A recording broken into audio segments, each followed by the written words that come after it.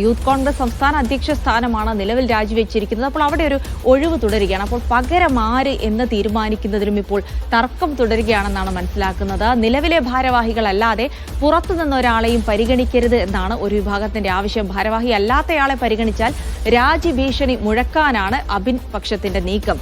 ബാഹുബലി വിമർശനം അബിനെ വെട്ടാനുള്ള നീക്കത്തിന്റെ ഭാഗമാണെന്നും കുറ്റപ്പെടുത്തലുണ്ട്.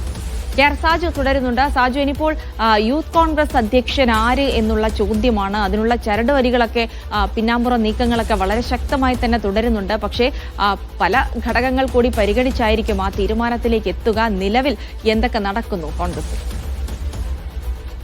യൂത്ത് കോൺഗ്രസിന്റെ ഭാരവാഹികളെ തീരുമാനിക്കേണ്ട, അതായത് അധ്യക്ഷനെ തീരുമാനിക്കേണ്ട കാര്യത്തിലെ തർക്കം അതിരൂക്ഷമായി തുടരുന്നു എന്നുള്ളതാണ്.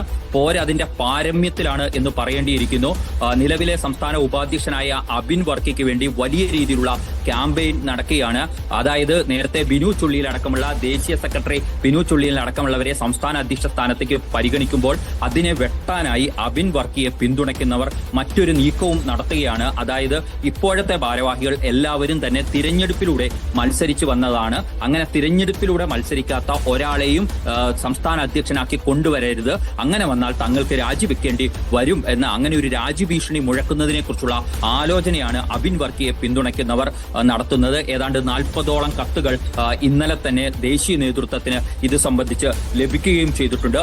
സ്വാഭാവികമായും ഇത്തരത്തിൽ വലിയ രീതിയിലുള്ള അങ്ങോട്ടും ഇങ്ങോട്ടുമുള്ള നീക്കങ്ങൾ ഇപ്പോൾ നടക്കുന്നുണ്ട്. നമുക്കറിയാം, രമേശ് ചെന്നിത്തലയാണ് അബിൻ വർക്കിക്ക് വേണ്ടി ഏറ്റവും ശക്തമായി തന്നെ ഇറങ്ങിയിരിക്കുന്നു. അതിന്റെ കാരണം പറയുന്നത് തന്നെ അബിൻ വർക്കി നേരത്തെ യൂത്ത് കോൺഗ്രസിന്റെ സംസ്ഥാന തെരഞ്ഞെടുപ്പിൽ സംസ്ഥാന അധ്യക്ഷ സ്ഥാനത്തേക്ക് നടന്ന തിരഞ്ഞെടുപ്പിൽ രാഹുൽ മാങ്കൂട്ടത്തോട് മത്സരിച്ച് കനത്ത പോരാട്ടം കാഴ്ചവെക്കുകയും വലിയ രീതിയിലുള്ള വോട്ട് സമാഹരിക്കുകയും ഒക്കെ ചെയ്തതാണ്.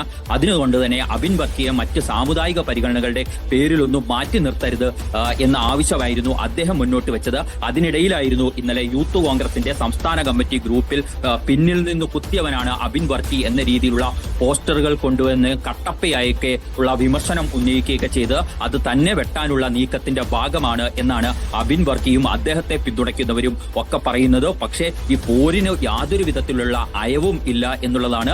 KC പക്ഷം ഉറച്ചു തന്നെ നിൽക്കുന്നു. ബിനു ചുള്ളിയിലെ സംസ്ഥാന സെക്രട്ടറി ആക്കണം എന്നുള്ളത് പഴയ ഏക്കാരുടെ പിന്തുണ രണ്ട് തരത്തിലായി കടക്കുകയാണ് ഇപ്പോൾ. അത് അഭിജിത്തിനും അതുപോലെ തന്നെ JS അഖിലിലേക്കുമൊക്കെ വരുന്നുണ്ട്.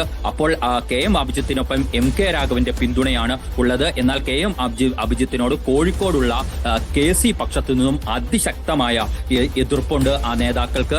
അതുകൂടി KM അഭിജിത്തിന് എതിരാവും എന്നതും ഉറപ്പാണ്. JS അഖിലിന്റെ പേര് ഇതിനിടയിൽ ചില നേതാക്കൾ മുന്നോട്ട് വെക്കുന്നുണ്ട്.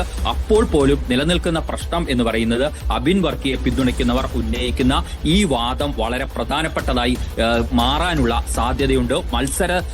രാഹുൽ ഗാന്ധി മുന്നോട്ട് വെച്ച മത്സര രീതിയിലൂടെയാണ് യൂത്ത് കോൺഗ്രസിന്റെ ഭാരവാഹികളെ ഇപ്പോൾ തെരഞ്ഞെടുത്തുകൊണ്ടിരിക്കുന്നത്.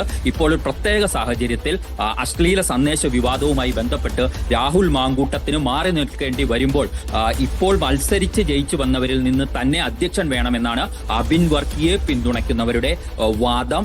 ആ വാദം എത്രത്തോളം ബലം ലഭിക്കും എന്ന് കാത്തിരുന്ന് കാണേണ്ടതാണ്. അവിടെ കോൺഗ്രസ് ഹൈക്കമാൻഡിന്റെ നിലപാട് വളരെ പ്രധാനപ്പെട്ടതായിരിക്കും എന്നുള്ളതാണ് നമുക്ക് മനസ്സിലാക്കാൻ കഴിയുന്നത്. ജിൽസി, ശരി, സാജുവാണ് വിവരങ്ങൾ നൽകിയത്.